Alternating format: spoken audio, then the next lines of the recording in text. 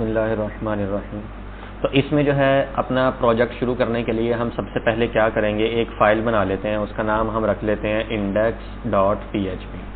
index.php जो है, आप जब भी कोई PHP का प्रोजेक्ट बनाते हो और कोई भी बंदा आपकी वेबसाइट के ऊपर आपके URL पर जब हिट करता है, तो हिट करने से जो भी फाइल उसके सामने आती है वेबसाइट पे, तो सबसे पहले वो क्या करते हैं, index.php को सर्व करते हैं क्लाइंट को, जो भी उस URL को चलाता है। तो वो index.php हमारा मेन एंट्री पॉइंट होता है, जहाँ से हमारी वेबसाइट चलना स्टार्ट होती है। तो इसलिए मैंने एक फ़ाइल बना ली index.php, और शिफ्ट 1 से मैं दबाऊंगा तो आपको पता है ये हमारे पास एक VS का कोड आ जाएगा।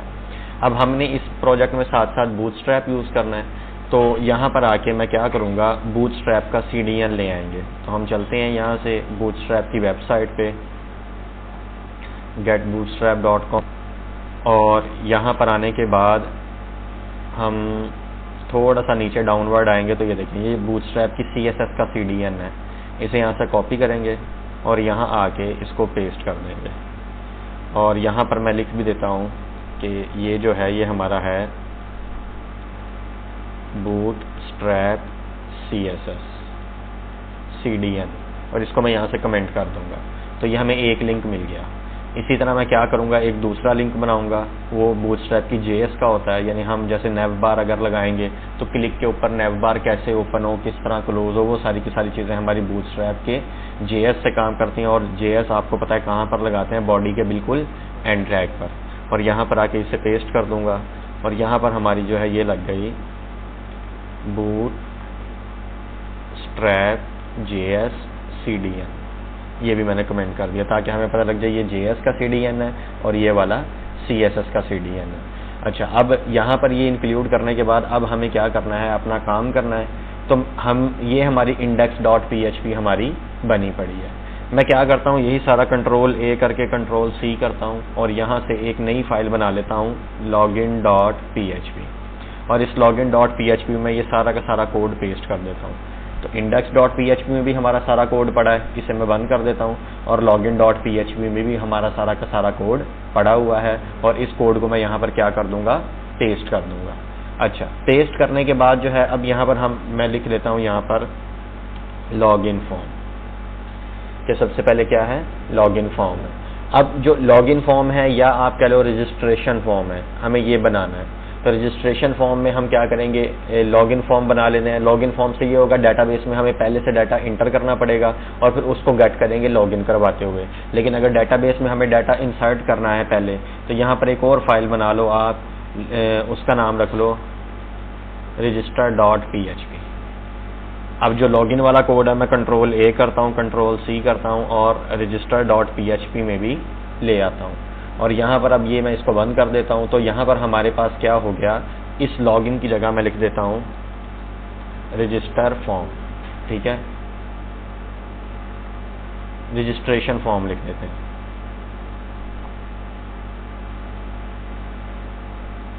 क्या स्पेलिंग होते हैं, यही भूल गए, ठीक है,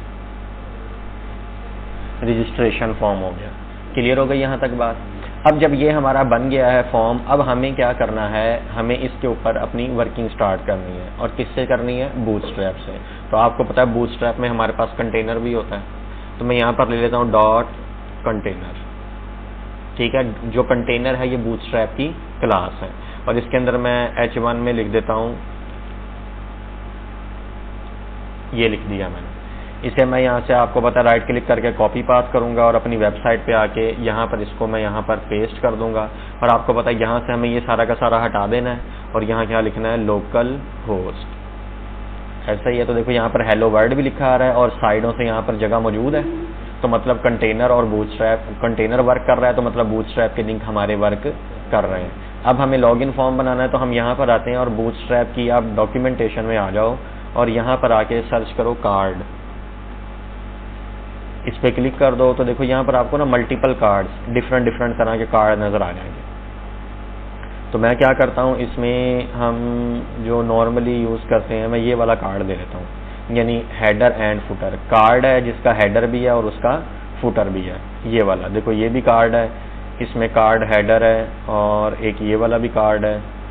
और नीचे आए, तो देखो ये वाला एक कोटेशन टाइप कार्ड है, इसमें वो ब्लॉक कोट यूज़ किया हुआ है, एक ये कार्ड है, इसमें देखो नीचे भी है, यानी कि हमारा नीचे कुछ लिखना हो तो आप ये भी ले सकते हो। तो हम ऐसा करते हैं, हम ना ये पहले वाला ही उठा लेते हैं, ये वाला फीचर्ड वाला कार्ड। इस फीचर्ड वाले कार्ड को यहाँ से मैं कॉपी करता हूँ, कॉपी करके यहाँ पर आके इसको यहाँ पर रिप्लेस कर देता हूँ और Alt Shift F से मैं फॉर्मेटेड डॉक्यूमेंट करूँगा तो ये हमारे पास कार्ड आ जाएगा। अब अगर मैं अपनी वेबसाइट को आके रिफ्रेश करूँ तो देखो ये हमें इस तरह का कार्ड नज़र आ रहा है। और आपको मैंने ये बताया हुआ था कि बूटस्ट्रैप में आपको पता है कि टोटल जो हमारी रो होती है, एक हमारे पास क्लास होती है रो, और उस रो को हम 12 हिस्सों में डिवाइड कर सकते हैं। और किसकी मदद से कर सकते हैं? कॉलम क्लास की मदद से। तो कॉलम क्लास की मदद से हम किसी भी रो को कितने हिस्सों में डिवाइड कर सकते हैं? 12 हिस्सों में। तो उसकी तरफ भी आते हैं, लेकिन मैं यहाँ पर आके ये जो कंटेनर है यहाँ पे एक H2 दे देता हूँ और H2 के अंदर मैं लिख देता हूँ रजिस्ट्रेशन फॉर्म। मैंने ये लिख दिया। अब अगर आप देखोगे तो यहाँ पर ये चीज़ आ जाएगी, रजिस्ट्रेशन फॉर्म आ गया। जो कंटेनर है मैं इसको टॉप और बॉटम से पैडिंग दे देता हूँ। तो पैडिंग के लिए हमारे पास क्लास होती है PY, यानी Y एक्सिस में पैडिंग दे दो और कितनी दे दो, फिलहाल हम 3 की दे के देखते हैं कितनी है। तो ये देखो ये इस तरह नज़र आ रहा है। इसको अब अगर हमने सेंटर में लेके आना है तो आपको पता है हमें यहाँ क्या लगाना पड़ेगा? क्लास टेक्स्ट सेंटर, ये यहाँ पर लगा देंगे और ये देखो ये आपके पास आ गया रजिस्ट्रेशन फॉर्म। अब इस रजिस्ट्रेशन फॉर्म, ये तो कंटेनर से पैडिंग आ रही थी ना, इस पे नहीं है। तो रजिस्ट्रेशन फॉर्म पे भी आप चाहो तो पैडिंग दे लो या मार्जिन दे लो। चलो यहाँ मार्जिन दे लेते हैं, तो मैं MY इसको भी 3 दे लेता हूँ, तो ये टॉप बॉटम से मार्जिन दे देगा। ठीक हो गया। अब ये वाला कार्ड बहुत बड़ा आ रहा है, हमें इतना बड़ा लॉगिन फॉर्म नहीं चाहिए। तो जो ये हमारा कार्ड है, ये मेरा कार्ड है, कार्ड को और इसको दोनों को मैं उठाऊंगा, कट करूंगा और यहां पर एक ले लूंगा रो क्लास। ठीक है, एक कौन सी क्लास ले लूंगा? रो। और रो के अंदर आपको पता है हमें क्या बनाना होता है? कॉलम। और कॉलम आपको पता है टोटल कितने होते हैं? 12। मैं चाहता हूं हाफ आ जाए, तो टोटल मैं 6 कॉलम ले लूंगा। तो मैं यहां पे कर दूंगा डॉट कॉल MD6। ठीक है, MD का आपको पता है मीडियम डिवाइसेस हैं, ये बूटस्ट्रैप के ब्रेक पॉइंट है। तो इन ब्रेक पॉइंट के अंदर मैं आके यहाँ पर अपना कोड पेस्ट कर दूंगा। तो अब जो ये आपको इस तरह नजर आ रहा था, अब देखना, अब ये इस तरह नजर आ रहा है, यानी कि हमने 6 हिस्सों में कॉलम बना दिया और 6 वाला खाली छोड़ दिया। लेकिन अब इसे हम सेंटर में दिखाना चाहते हैं, यहाँ पे तो नहीं ना अच्छा लगेगा। तो सेंटर में दिखाने के लिए आप क्या करो, इस कॉल में आओ और लगाओ MX ऑटो, और जैसे मैं इसे रिफ्रेश करूंगा तो देखो सेंटर में आ गया। क्लियर हो गई बात यहाँ तक? अब इस रजिस्ट्रेशन फॉर्म को बनाने के बाद यहाँ पर देखो ये टेक्स्ट लिखा है, हमें ये नहीं चाहिए और ये बटन भी नहीं चाहिए। जो बटन हमें चाहिए हमें अपने हिसाब से चाहिए। तो हम आते हैं यहाँ से, जो उसका कंटेंट है ना, जितना भी ये वाला सारा, हम ये सारा हटा देते हैं। यानी कार्ड हेडर रहने दो, कार्ड बॉडी के अंदर जितना भी कंटेंट है ना, ये सारा हटा दो। यहाँ हम अपना कोड खुद करेंगे। और हेडर में मैं लिख देता हूँ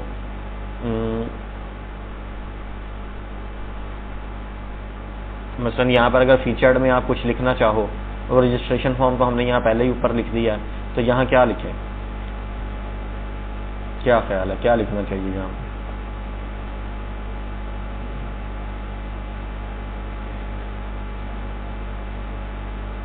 नहीं पता लग रहा।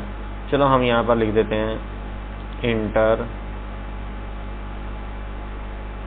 Your all details. मैंने ये लिख दिया, ठीक हो गया। अब यहाँ पर बस वैसे ही लिख दिया, बाद में देख लेंगे क्या करना है, किस तरह करना है। तो ये देखो ये हमारा आ गया और ये वाली बॉडी हमारी क्या हो गई? खाली हो गई है। अब इसके अंदर हम अपना फॉर्म बनाना शुरू करते हैं। तो जब फॉर्म बनाना है तो आपको पता है पहले फॉर्म टैग लेना पड़ेगा। फॉर्म टैग में मैं ना इस फॉर्म का डाटा इसी फाइल में सेंड करना चाहता हूँ, तो इसलिए मैं एक्शन टैग नहीं लगाऊंगा। एक्शन टैग में हम echo PHP_self वाला भी यूज कर सकते हैं, लेकिन मैं आपको यहाँ पर क्या है, मैं वो एक्शन फॉर्म क्या वो लगाते हैं अभी। मतलब पहले डाटा एक बार देख तो लें, फिर गेट लगाना है, पोस्ट लगाना है, वो हम देख लेते हैं कि हमें मेथड गेट लगाना है या मेथड पोस्ट लगाना है। तो यहाँ पर मैंने ये बना लिया आपको, और इसको बनाने के बाद जो है आपको फॉर्म बना लिया है। तो यहाँ पर ये बूटस्ट्रैप की ही क्लास है दरअसल, फॉर्म ग्रुप, हम इसको बना लेते हैं। और ये डिव है, और नीचे आएंगे तो यहाँ पर इस डिव को हमें क्लोज भी करना पड़ेगा। तो ये एक डिव बन गई और उसके अंदर ये फॉर्म ग्रुप जो है ये बूटस्ट्रैप की क्लास है, यानी कि फॉर्म के एलिमेंट्स को इकट्ठा करती है। तो देखो मैं यहाँ पर आके, देखो ये मैंने यहाँ पर आके लिखता हूँ label dot form label. Label आपको पता है HTML का टैग है, और फॉर्म लेबल जो है वो बूटस्ट्रैप की क्लास है, जो क्या करती है, हमें फॉर्म बनाने में एक स्टाइलिंग में मदद देती है। लेबल टैग को ये स्टाइल करती है। और यहाँ पर आके मैं लिख लेता हूँ यूजर नेम, यानी कि क्या करेगा, वो अपना यूजर नेम देगा। और यहाँ पर आके हम एक इनपुट लेते हैं और उसमें क्लास कौन सी लगाते हैं, फॉर्म कंट्रोल। ये इनपुट को स्टाइल कर देगा। अब अगर आप यहाँ पर आके देखो तो देखो आपको ये इस तरह नजर आ रहा है यूजर नेम, और यहाँ पर ये इनपुट नजर आ रही है। क्लियर है बात। इसी तरह मैं आता हूँ और इसी डिव को दोबारा कॉपी करके नीचे डुप्लीकेट कर देता हूँ, और इस डुप्लीकेट करने के बाद यहाँ पर हम लिख देते हैं ईमेल, कि वो अपनी ईमेल दे हमें। और यहाँ से टाइप फिर हम क्या कर देंगे, ईमेल। और इसी तरह फिर मैं एक और बनाता हूँ कि वो हमें क्या करे, अपना पासवर्ड भी इंटर करे। तो यहाँ पर आके हम लिख देते हैं पासवर्ड, और यहाँ पर आके आपको क्या करना है, ईमेल की जगह दे देना है पासवर्ड। ठीक हो गया। अब यहाँ तक अगर मैं आपको चेक करवाऊँ तो देखो ये इस तरह बन रहा है, लेकिन देखो ये वाला तो ठीक था, ये ऊपर साथ जुड़ रहा है। तो आपने जो पेरेंट डिव ली हुई है ना, ये वाली, इसको दे दो आप मार्जिन बॉटम 3। इसी तरह इसको भी आके दे दो मार्जिन बॉटम 3। इसी तरह इसको भी आके दे दो आप, क्या करो, मार्जिन बॉटम 3। तो ये क्या होगा, नीचे जो है 3-3 की मार्जिन दे देगा। अब देखो आपको थोड़ा सा ये अच्छा लग रहा है। क्लियर हो गई बात यहाँ तक। इसकी स्टाइलिंग में मैं नहीं जा रहा, क्योंकि हम जो है क्या नाम है अपना PHP बैकएंड की तरफ देख रहे हैं। स्टाइलिंग में आपको पहले करवा भी चुका हूँ। तो आपने इसको जितना स्टाइल करना है CSS से, जो भी करना है वो आपकी मर्जी है, जैसे मर्जी स्टाइल करो, कलर दो, जो भी करना है। असल में जो हमारा मेन पर्पस है वो ये है कि बैकएंड को सीखना, बैकएंड की कोडिंग। तो इस वजह से मेरा सारा फोकस जो है स्टाइलिंग पे नहीं होगा, थोड़ी बहुत स्टाइलिंग करूंगा मैं, और ज़्यादा फोकस मैं अपना किस पे करूंगा, बैकएंड के ऊपर। अब यहाँ पर आने के बाद यहाँ पर एक और मैं डिव ले लेता हूँ, और इस डिव के अंदर मैं रख देता हूँ बटन, और यहाँ पर हम लिख देते हैं सबमिट।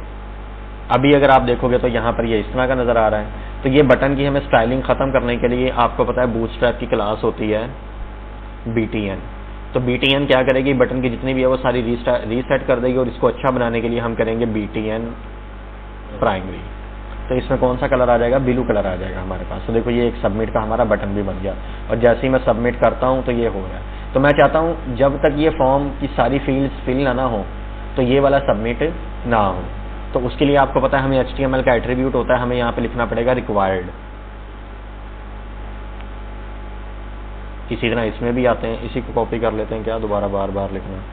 कॉपी किया और इस इनपुट में भी आके मैं यहाँ पर पेस्ट कर देता हूँ। इसी तरह इस इनपुट में भी आके यहाँ पे मैं पेस्ट कर देता हूँ। तो दोनों ये हमारे क्या लग गए, रिक्वायर्ड लग गए। अब मैं सबमिट करूँगा तो देखो हमसे कह रहा है पहले इसको फिल करो।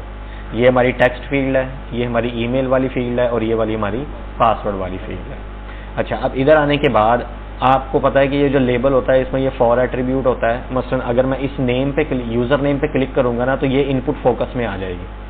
तो उसको करने के लिए हम क्या करते हैं, ये जो यूजर नेम है इसमें एक ID दे देते हैं, हम यूजर नेम ही दे देते हैं ऐसे, और इसी को मैं कॉपी करूंगा ये फॉर के लिए, और यहाँ पर एक ID लगा दूंगा, और उस ID में भी मैं क्या कर दूंगा, यूजर नेम। और आपको ये बात भी पता है PHP में डाटा लेने के लिए हमें एक नेम एट्रीब्यूट चाहिए होता है। आप PHP में जो भी HTML से डाटा उठाते हो वो कहाँ से मिलता है, हमें नेम एट्रीब्यूट से। तो मैं इसका भी नाम यूजर नेम ही रख देता हूँ। आप तीनों सेम रख सकते हो, इतना कोई इशू नहीं है। इसी तरह फिर मैं यहाँ पर आता हूँ और यहाँ पर हम लिख देते हैं यूजर ईमेल। इसी तरह मैं यहाँ पर आके एक ID दे दूंगा, ID भी मैं देता हूँ यूजर ईमेल, और फिर हम यहाँ पर क्या करते हैं, इसी को दोबारा कॉपी कर लेते हैं और यहीं पे पेस्ट करके इस यूजर ईमेल का यहाँ पे नेम चेंज कर देते हैं। ठीक हो गया। इसी तरह हमें यहाँ पर आना है और यहाँ पर आके मैं नेम में दे देता हूँ यूजर पास, बस इतना दे दो। इसी को कॉपी करो, यही मैं यहाँ पे फॉर में भी दे देता हूँ, और यहाँ पर एक ID एट्रीब्यूट लगाता हूँ, और ये वाला मैं यहाँ पे पेस्ट कर देता हूँ यूजर पास। क्लियर हो गई यहाँ तक बात। अब जब ये जो बन गए, मैं यहाँ आके इसको रिफ्रेश करूंगा, सारा ओके है। देखना मैं जैसे ही इस पर क्लिक करता हूँ तो इनपुट फोकस में आ गए। इस पर भी क्लिक करता हूँ तो इनपुट फोकस में आ गई, इसी तरह इस पर भी क्लिक करता हूँ तो इनपुट फोकस में आ गई। ये वो लेबल एट्रीब्यूट की मदद से हुआ है जो मैंने फॉर में लगाया था, जो भी लिखा था, आपकी मर्जी है जो मर्जी लिख दो, और उसको मैंने वहां पर कहाँ पे लिख दिया, आगे उसकी जो इनपुट है उसकी आईडी के साथ लेबल को मैंने क्या कर दिया, कनेक्ट कर दिया। तो क्लियर हो गई यहाँ तक बात। अब ये यूजर नेम जो बन गया, यहाँ पर हम कुछ भी लिख लेते हैं, जैसे अली लिख लेते हैं, अली 786, ये उसका यूजर नेम है। ईमेल बनाते हैं तो ali786@gmail.com बना देते हैं। अगर वो पासवर्ड देता है तो पासवर्ड हम लिख देते हैं 1 2 3 4 5। जैसे ही वो सबमिट करता है तो डाटा सबमिट हो रहा है, तो देखो यूआरएल में आपको डाटा नजर आ गया। तो बाय डिफॉल्ट ये कौन सा मेथड होता है,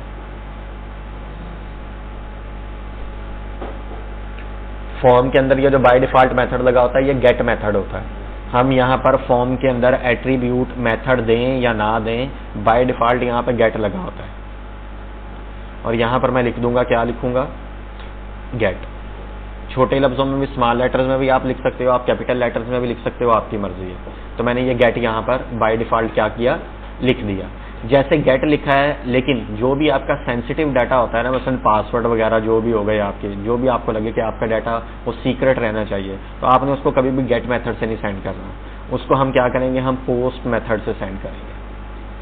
ठीक है, जब पोस्ट मेथड से सेंड करेंगे तो मैं यहाँ पर आऊँगा और यहाँ पर आके एक बार इसको दोबारा हटाते हैं और मैं इसको रिफ्रेश करता हूँ। यहाँ पे अब की बार फिर मैं देता हूँ ali786@gmail.com और पासवर्ड 1 2 3 4 5 रख दिया मैंने। जैसे ही मैं सबमिट करता हूँ तो देखो अब यहाँ पर यूआरएल में डाटा नहीं आ रहा, क्योंकि वहाँ पे मेथड पोस्ट लगा हुआ है। तो जो पोस्ट के जरिए डाटा जाता है वो यूआरएल में शो नहीं होता। तो जितना भी आपका सीक्रेट सेंसिटिव डाटा होता है जो आप सिक्योर रखना चाहते हो, कभी भी आप वो क्या करोगे, हाँ नहीं करोगे। हाँ, जैसे सर्च कर रहे हो, कोई चीज़ सर्च करवा रहे हो तो वो डाटा यूआरएल में ले आओ, कोई मसला नहीं है, वो वाला आ जाएगा तो कोई इशू नहीं है, क्योंकि वो तो यूज़र खुद भी सर्च कर रहा है, उसे भी पता क्या है। लेकिन जो उसकी सीक्रेट डिटेल्स होती हैं वो आपने कभी भी गेट मेथड के जरिए नहीं डेटाबेस में ले जानी और वहाँ से लेके आनी, जो भी है। अच्छा, अब यहाँ तक क्लियर हो गया। अब मुझे ये HTML में फॉर्म फिल कर रहा हूँ, डाटा मिल रहा है, लेकिन PHP तक अभी डाटा मेरे पास आया नहीं। तो यहाँ पर आपको पता है ये हमने PHP की फाइल बनाई हुई थी, register.php। अब इस PHP की फाइल के अंदर मुझे अपना HTML का डाटा लेके आना है। तो एक बात और, HTML का डाटा लाने से पहले मैं आपको कुछ थोड़ी सी और चीज़ें बताना चाहता हूँ। आप अगर देखोगे रजिस्ट्रेशन फॉर्म में मेरे पास ये कोड और बॉडी के एंड पे ये वाला कोड सेम है। अगर लॉगिन फॉर्म में आऊँ तो यहाँ पर भी ये वाला कोड और ये वाला कोड सेम है। अच्छा, इसी तरह इंडेक्स में आऊँ तो ये वाला कोड और ये वाला कोड फिर सेम है। तो मतलब मुझे जितनी भी फाइल्स बनानी पड़ रही हैं, हर फाइल्स के लिए मेरी ये कुछ लाइनें 15-20 लाइनें बनती हैं, ये क्या हो रही हैं, रिपीट हो रही हैं। तो इसे कहते हैं डाटा रिडंडेंसी, यानी हमारा जो कोड है वो रिडंडेंट हो रहा है बार बार। तो ऐसा नहीं होना चाहिए। इसके लिए कोई ना कोई आपको प्रोफेशनल वे में आना पड़ेगा कि क्या ऐसा तरीका हो सकता है जिसके जरिए मेरा कोड बार बार रिपीट ना हो। तो उसके लिए हम क्या करते हैं, सेपरेट फाइल्स बनाते हैं, उसमें कोड रख देते हैं, जहाँ पे ज़रूरत होती है वो कोड हम इंक्लूड कर देते हैं। तो इस तरह हम ये रिडंडेंसी से बच जाते हैं। तो मैं क्या करूँगा, अपनी index.php में चलो आ जाते हैं। ये बॉडी से पहले वाला सारा मैं कट करता हूँ, बल्कि यहीं पे नहीं, मैं आपको ना दिखाता हूँ जिसमें हम काम कर रहे हैं रजिस्टर में। तो ये बॉडी से पहले वाला डाटा मैं सारा ये कट करता हूँ। कट करके यहाँ पे एक फाइल बना लेता हूँ header.php। क्या फाइल बना ली मैंने, header.php। और यहाँ पर आके ये मैंने कोड पेस्ट कर दिया। ठीक है, इसी तरह यहाँ पर एक और फाइल बनाता हूँ मैं footer.php, और अपने रजिस्ट्रेशन के नीचे जो मेरे पास फुटर वाला कोड है यहाँ से ये मैं कट करता हूँ और इसको मैं अपनी footer.php वाली फाइल में आके पेस्ट कर देता हूँ। आप इसे चाहो तो इंटर करके नीचे ले आओ, कोई मसला नहीं है। ठीक है, अब अगर मैं आपको अपना रजिस्ट्रेशन फॉर्म दिखाऊं तो देखना, सारी स्टाइलिंग चली, सिर्फ HTML बची है। ऐसा क्यों हुआ? हमने यहाँ पर जितने भी बूटस्ट्रैप के लिंक थे रजिस्ट्रेशन फॉर्म में, बूटस्ट्रैप के जितने भी लिंक थे वो सारे ही हट गए, सिर्फ कोडिंग बची है। इस वजह से उसे कुछ पता ही नहीं लग रहा।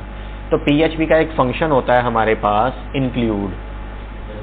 अब जो हेडर वाला सारा कोड अगर मैं रजिस्ट्रेशन वाली फाइल में लाना चाहता हूँ तो मैं क्या करूंगा, मैं इंक्लूड फंक्शन का यूज करूंगा और वो सारा का सारा कोड जो है रजिस्ट्रेशन वाली फाइल में लाके रख दूंगा। तो मैं यहाँ पर आके लिखूंगा, तो आपको पता है PHP हमें लिखने के लिए PHP टैग पहले ओपन करना पड़ता है और फिर उसे क्लोज करना पड़ता है। और यहाँ पर आके मैं लिख दूंगा इंक्लूड कर दो ./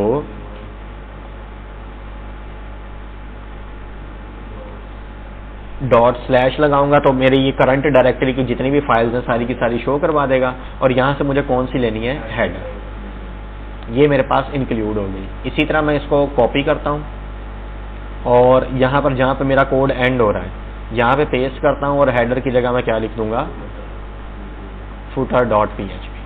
तो अब अगर मैं आके इसको रिफ्रेश करूंगा तो देखो मेरा कोड चल रहा है। अब समझ आ गई बात, यानी कि सारा ओके है। अब देखो सिर्फ ये 2 लाइनें हैं और बाकी सारा नीचे के जो जितना भी है मेरा फॉर्म है। तो अब देखो आपका कोड जो है कितना अच्छा लग रहा है, सिंप्लीफाई हो गया है। यही काम मैं क्या करता हूँ, ये कोड उठाता हूँ, यहाँ से कॉपी करता हूँ, लॉगिन वाली फाइल में जाता हूँ और यहाँ पर आके इसकी जगह पेस्ट कर देता हूँ। इसी तरह फिर मैं रजिस्टर वाली फाइल में आता हूँ, फुटर वाला उठाता हूँ, कॉपी करता हूँ और लॉगिन वाली फाइल में आके ये बॉडी की जगह पेस्ट कर देता हूँ। तो मतलब हमारी लॉगिन फॉर्म में भी क्या है, हेडर और फुटर इंक्लूड हो गए। हमें इस पर कोड करने की जरूरत नहीं है, हमें बस लॉगिन फॉर्म उठाना है और काम कर लेना। इसे बंद करते हैं। लॉगिन फॉर्म के बाद आगे आपके पास अगर इंडेक्स में आ जाए तो यहाँ पर भी ऐसे ही करते हैं। मैंने फुटर वाला कॉपी किया हुआ, मैं इसे हटाता हूँ, यहाँ पेस्ट कर देता हूँ। और इसी तरह फिर ये वाला कोड हटाना है, रजिस्टर में आते हैं, ये वाला कोड कॉपी करता हूँ और यहाँ पर आके मैं इसको यहाँ पर पेस्ट कर देता हूँ। तो हेडर और फुटर आपके पास आ गए। क्लियर हो गई यहाँ तक बात। अब हेडर और फुटर हमारे पास आ गए और यहाँ से हमारे पास रजिस्ट्रेशन फॉर्म भी हो गया और कहीं पे भी अब हमारा कोड जो है वो रिडंडेंट नहीं है। अच्छा, लेकिन यहाँ पर ना ये भी बेस्ट प्रैक्टिस नहीं है।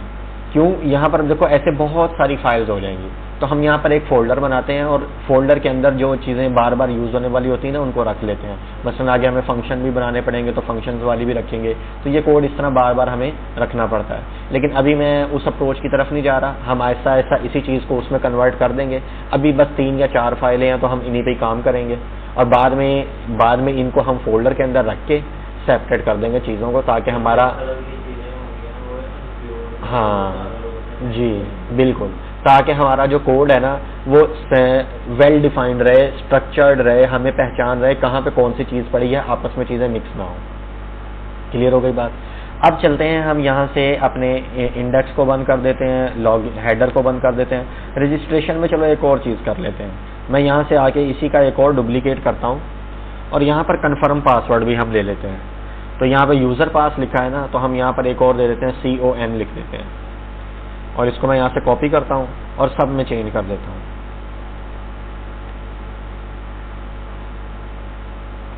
ठीक हो गया ये। अब ये एक और फील्ड बन गई, कौन सी, कन्फर्म यूज़र पासवर्ड, और यहाँ पर हम लिख देते हैं कन्फर्म पासवर्ड। मैंने इसमें प्लेस होल्डर नहीं लगाए हैं, अगर आप प्लेस होल्डर लगाना चाहो तो आप लगा सकते हो, आपकी मर्जी है। वो मैंने यहाँ पर इनपुट के अंदर प्लेस होल्डर नहीं लगाए। यूज़र नेम आ गया, यहाँ पर आप प्लेस होल्डर लगा लो, enter your name, enter your email, enter your password, retype your password, इस तरह का लिख लो। मैंने आपको फिर बताया मैं उन चीज़ों में नहीं जा रहा, मेन हमारा बैकएंड का है तो मैं उस पर आ रहा हूँ। अब मुझे यहाँ से इन इनपुट से डाटा उठाना है। इन इनपुट से डाटा जो है PHP के HTML का नेम एट्रीब्यूट है, PHP उस नेम एट्रीब्यूट को यूज़ करेगी और क्या करेगी, डाटा गेट कर लेगी। तो उसके लिए हमारे पास मेथड आपका गेट हो या पोस्ट हो, आप $_request PHP का सुपर ग्लोबल वेरिएबल है, इसको आप यूज़ करके क्या कर सकते हो, अपने डाटा को सारे के सारे को गेट कर सकते हो। ठीक है, PHP का सुपर ग्लोबल वेरिएबल है, सुपर ग्लोबल वेरिएबल को यूज़ करते हुए हम क्या कर सकते हैं, उस डाटा को गेट कर सकते हैं। तो अब हम यहाँ पे आते हैं और यहाँ पर आके ये जो PHP का टैग है, चाहो तो इसी में लिख लेता हूँ या फिर आप एक नया PHP का टैग शुरू करके उसमें भी लिख सकते हो। आपको पता है हम PHP का टैग जितनी मर्जी बार चाहें ओपन करें और जितनी मर्जी बार चाहें हम क्लोज करें। यहाँ पे मैं कमेंट कर देता हूँ, getting data from HTML form, और इसे मैं यहाँ पे कमेंट कर देता हूँ। क्लियर हो गई बात यहाँ तक। अब देखो जो सुपर ग्लोबल वेरिएबल है, वो सुपर ग्लोबल वेरिएबल हमारे पास है $_request। ये गेट और पोस्ट दोनों के साथ काम करता है और इसके अंदर मुझे क्या लिखना है, यहाँ पर किस चीज़ से डाटा आ रहा है। तो यहाँ पर ये बटन है, इसमें आपको एक टाइप देनी पड़ेगी सबमिट। टाइप सबमिट में हम लिख देंगे सबमिट के जो आप क्या करो, बटन के प्रेस होने पे डाटा जो है वो सबमिट कर दो। उसके बाद यहाँ पर आपको एक नेम एट्रीब्यूट देना पड़ेगा। मैं वहाँ पर कर देता हूँ REG डाटा, यानी रजिस्ट्रेशन डाटा आ रहा है। तो मैं इसको यहाँ से कॉपी कर लेता हूँ और यहाँ पर आके मैं इसको पेस्ट कर देता हूँ। ठीक है, यहाँ पे इसको मैं ये कर देता हूँ। अब अगर आप यहाँ पर आके देखोगे तो आपको एरर मिलेगा, अनडिफाइंड एरे की डाटा। अच्छा, अब ये डाटा अनडिफाइंड क्यों है? क्योंकि अभी तक सबमिट बटन प्रेस ही नहीं हुआ है, तो वहाँ पर डाटा गया ही नहीं है। मैं खुद ये सारी गलतियाँ आपको करके दिखाऊंगा और फिर उनको हम बार बार जो है ना उनको ठीक करेंगे, ताकि एरर अगर आपके कभी आए तो आप एरर हैंडलिंग भी कर सको। अच्छा, तो अब मैं यहाँ पर आके इसको चेक करने के लिए क्या डाटा सबमिट हुआ भी है या नहीं, तो यहाँ पर एक बार वैसे ही हम लिख के देखते हैं। फिर लिख देते हैं ali@gmail.com, पासवर्ड दे देता हूँ 123 और कन्फर्म पासवर्ड भी 123। और जैसे ही मैं सबमिट पे क्लिक करता हूँ तो यहाँ पर देखो, अब यहाँ पर कुछ भी नहीं आ रहा। हुआ क्या? अब उसके अंदर उसको डाटा मिल गया, लेकिन वो डाटा हमने शो नहीं करवाया। तो आपको पता है एरे का डाटा शो करवाने के लिए हमें क्या करना पड़ता है? PHP का एक फंक्शन है प्रिंट आर। क्या फंक्शन है? प्रिंट आर में आप क्या करो, ये REG डाटा ये वाला हटा दो। अब रिक्वेस्ट मेथड से जो भी डाटा उसे मिल रहा होगा ना वो इसमें आ जाएगा। अभी मैं आपको दिखाता हूँ, इसको एक बार हम रिफ्रेश करते हैं। देखो यहाँ पर क्या लिखा आ रहा है? एरे, क्योंकि अभी उसे डाटा मिला ही नहीं है तो ये खाली है। लेकिन देखना इसमें अभी डाटा आ जाएगा। मैं लिखूंगा ali@gmail.com, पासवर्ड 123। मैंने जैसे ही सबमिट किया तो देखो आ गया। यहाँ पे ये हमारी इनपुट का नेम था ना, यूजर नेम, और उसकी वैल्यू क्या रखी थी हमने? अली। फिर हमारे पास यूजर ईमेल था, उसकी वैल्यू हमने क्या रखी थी? ali@gmail.com। यहाँ पे हमारे पास यूजर पास था और पासवर्ड हमने दिया था 123, और कन्फर्म यूजर पासवर्ड भी हमने 123 दिया था, और ये वो बटन का एट्रीब्यूट है। तो अब ये डाटा इस तरह आ रहा है। इस डाटा को हम जरा अच्छा करते हैं। तो अच्छा करने के लिए आपको पता है हमारे पास HTML का टैग होता है इको, यहाँ पर लिख दो प्री। ठीक हो गया। इसे कट करते हैं और यहाँ पर आके नीचे मैं दोबारा यहाँ पर लिखता हूँ इको, और यहाँ पर वो प्री टैग मैं बंद कर देता हूँ। अब देखना क्या होगा, मैं इसे रिफ्रेश करता हूँ, कन्फर्म पे क्लिक करता हूँ, तो देखो अब आपको ज़रा ज़्यादा अच्छे तरीके से नज़र आ रहा है। तो बस उसकी स्टाइलिंग हो गई है, HTML का टैग हमने यूज़ कर दिया है प्री। तो अब ये क्लियर हुआ। अब ये एरे एम्प्टी नहीं है और ये हमारा डाटा हमें आ रहा है। तो HTML से हमें डाटा मिल गया, और कहाँ पे मिला? PHP में। लेकिन अभी भी ये कोड पूरा नहीं हुआ। तो मैं यहाँ पर आके इसको जैसे इंटर करता हूँ तो ये एरे भी नहीं नज़र आनी चाहिए। अगर मसलन ये बैड इम्पैक्ट जा रहा है कि यूज़र जैसे ही हमारी वेबसाइट पे आता है, रजिस्ट्रेशन फॉर्म ओपन करता है, तो उसे ये एरे लिखा नज़र आ रहा है, पता नहीं वो कंफ्यूज हो जाएगा या एरर हो जाएगा या कुछ भी है, जो भी है, तो ये वाली चीज़ नज़र नहीं आनी चाहिए। तो यहाँ पे अब हमें कंडीशंस यूज़ करनी पड़ेंगी, इफ एल्स। तो मैं यहाँ पर आके मैं कहता हूँ, एक कंडीशन बना लेता हूँ इफ। इफ में हम लिखते हैं, क्या लिखना है? आपके पास ना एक फंक्शन होता है इज सेट। ठीक है, इज सेट एक फंक्शन होता है। इसके बारे में अगर मजीद हम बात करें तो हम यहाँ पर आके लिख लेते हैं, थोड़ा सा आपको बस आइडिया दे दूं। ऐसे ही अगर आपको कोई चीज़ ना समझ आ रही हो आप कर सकते हो इज सेट इन PHP। तो देखो ये क्या बता रहा है, the is set function in PHP is used to determine whether a variable is set और नॉट। तो जो सुपर ग्लोबल वेरिएबल है $_request है ना हमारे पास, तो मैं यहां पर आके लिखूंगा $_request। इसके अंदर देखो जो ये वाला वेरिएबल बनेगा ये नेम एट्रीब्यूट का, क्या ये वेरिएबल सेट है भी या नहीं है? ठीक है, और फिर मैं एक एल्स भी बना लूंगा, और यहां पर मैं सिर्फ लिख दूंगा echo variable value is set. ये मैंने बना दिया, और इसे यहां से कॉपी करता हूं और यहां आके मैं पेस्ट कर दूंगा, और यहां लिखता हूं variable value is not set. तो एक में मैंने लिख दिया वेरिएबल वैल्यू सेट, और एक में क्या लिख दिया? Variable value not set.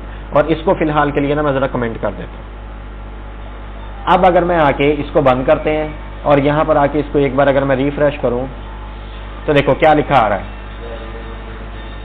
Variable value is not set. इसका मतलब क्या हुआ, इसका मतलब ये हुआ एल्स पार्ट चल रहा है। कौन सा चल रहा है, एल्स पार्ट चल रहा है। और हमें तो कोड तब दिखाना है जब सेट हो, जब सेट ना हो हमें कोड नहीं दिखाना। तो मैं ये एल्स वाला पार्ट हटा देता हूँ, सेव करके अब आके अगर मैं इधर रिफ्रेश करूं तो देखो ओके सारा जा रहा है। और यहाँ पर इफ वाला डाटा क्यों नहीं शो हुआ, क्योंकि वेरिएबल की वैल्यू सेट हुई नहीं, क्योंकि हमने सबमिट किया ही नहीं। तो जब वो यहाँ पर वैल्यू सेट ही नहीं हुई तो वो कैसे नजर आएगी। अब मैं क्या करता हूं, ये वाला कोड उठाता हूं, कट करता हूं और इसकी जगह पे पेस्ट कर देता हूं। ठीक हो गया। अब मैंने वो डाटा सारा का सारा क्या किया, इसकी जगह पे पेस्ट कर दिया। अब पेस्ट करने के बाद मैं आके अगर रिफ्रेश करूंगा तो देखो अब वो एरे वगैरह लिखा हुआ नजर नहीं आ रहा। क्यों नहीं आ रहा, अब वो कंडीशनली है कि इस बटन पे जब प्रेस होगा तो ही वो डाटा नजर आएगा, अदरवाइज वो नजर नहीं आएगा। इसलिए मैंने उसको इफ कंडीशन के अंदर रख दिया और इज सेट फंक्शन चेक कर रहा है। क्लियर हुई। अब हम दोबारा यहाँ पे डाटा लिखते हैं, ali@gmail.com लिख लेते हैं और यहाँ पर हम पासवर्ड 123 और यहाँ पर भी 123 और जैसे ही मैं सबमिट पे क्लिक करता हूँ तो देखो डाटा आ गया।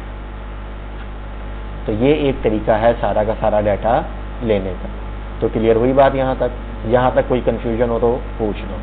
हमने क्या किया, PHP HTML का डाटा HTML फॉर्म से PHP में लिया है और यहाँ पर हमने एक्शन एट्रीब्यूट फॉर्म में नहीं यूज किया।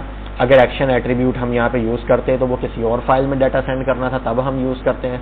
और अगर इसी फाइल में सेंड करना हो तो हम इको सेशन सर्वर वेरिएबल है उसके थ्रू भी हम कर सकते हैं।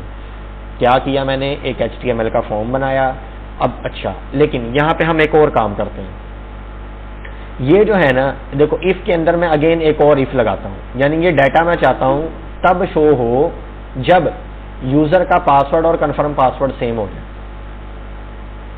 तो अब यहां पर ये डाटा आ रहा है और ये मेरी फील्ड्स के नाम है। अब मैं यहां पर ना इसी नाम के वेरिएबल भी क्रिएट कर दूंगा। आप कोई और नाम के वेरिएबल भी क्रिएट कर सकते हो, लेकिन मैं इसी नाम के वेरिएबल क्रिएट कर दूंगा ताकि मुझे पता हो कि वो सेम चीजें जा रही हैं। तो मैं इस सारे को हटाता हूं और अगर आप देखो तो यहां पर मेरे पास क्या है, यूजर नेम। मैं इसे कॉपी करता हूं और यहां पर आके $साइन लगा के ये पेस्ट कर दिया। आप टाइप भी कर सकते हो, मैंने बस लिखने का टाइम बचाया। रिक्वेस्ट और यहां पर भी आके मैं यूजर नेम, ये बना लिया हमने यूजर नेम। इसी तरह हमें एक ईमेल चाहिए, पासवर्ड चाहिए और कंफर्म पासवर्ड चाहिए। अब हम यहाँ पर अपने आते हैं, इतनी यहाँ पर अगर यूजर ईमेल कॉपी किया और यहाँ से आके इधर पेस्ट कर दी। इसी तरह हम आते हैं नीचे यूजर पास में, कॉपी किया, Ctrl+D और Ctrl+V।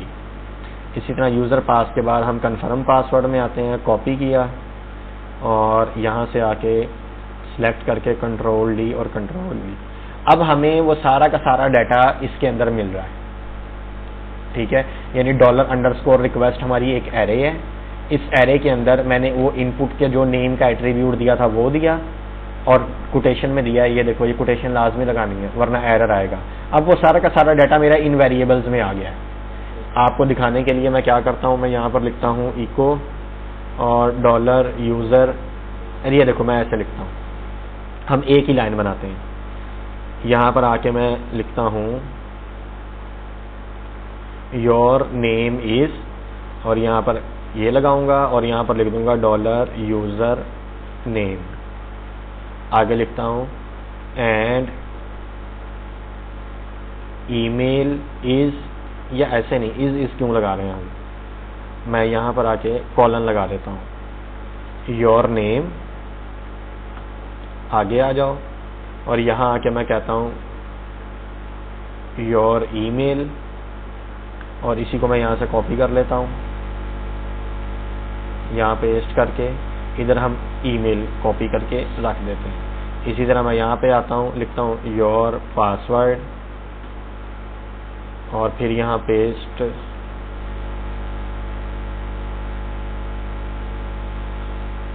और ये वाला पासवर्ड है, कॉपी किया, यहाँ पेस्ट कर दिया और आगे मैं लिख दूंगा योर कन्फर्म पासवर्ड और कन्फर्म पासवर्ड उसका यहाँ से फिर ये कॉपी करते हैं यहाँ पेस्ट कर देते हैं और इसको कॉपी करके यहाँ पेस्ट कर देते हैं।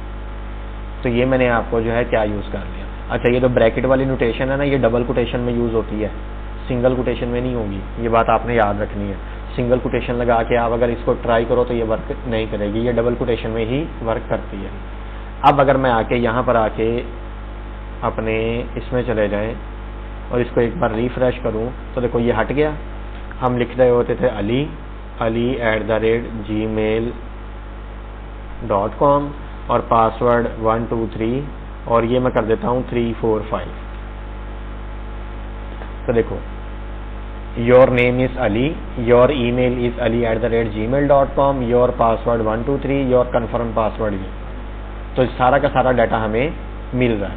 लेकिन मैं ये चाहता हूँ यहाँ पर उसे नोटिफिकेशन शो हो जाए, यहाँ पर लिखा हुआ आ जाए कि पासवर्ड और कन्फर्म पासवर्ड सेम नहीं है, पासवर्ड और कन्फर्म पासवर्ड सेम नहीं है। तो मैं यहाँ पर आके क्या करूँगा, अब मैं ये वाली हटा देता हूँ, ये तो सिर्फ समझाने के लिए लगाएंगे। मैं यहाँ पर आके कहूँगा चेक करो, क्या चेक करो, if $user password triple equal to $user confirm password,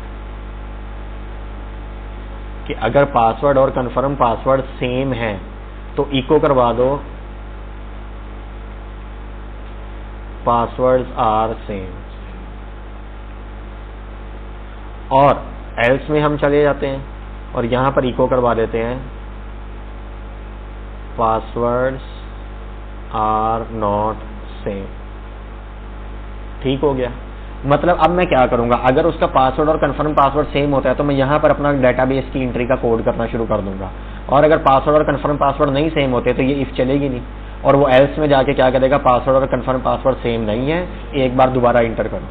अब यहां पर आके एक बार इसको फिर रिफ्रेश करते हैं और ali@example.com लिख लेते हैं, पासवर्ड 123, कन्फर्म पासवर्ड 456। मैंने जैसे ही सबमिट किया तो क्या लिखा आ रहा है, पासवर्ड्स आर नॉट सेम। तो यानी कि हमारा डाटा हम अपने डाटाबेस में इंटर ही नहीं करवाएंगे क्योंकि उसकी चीज़ें सेम नहीं है।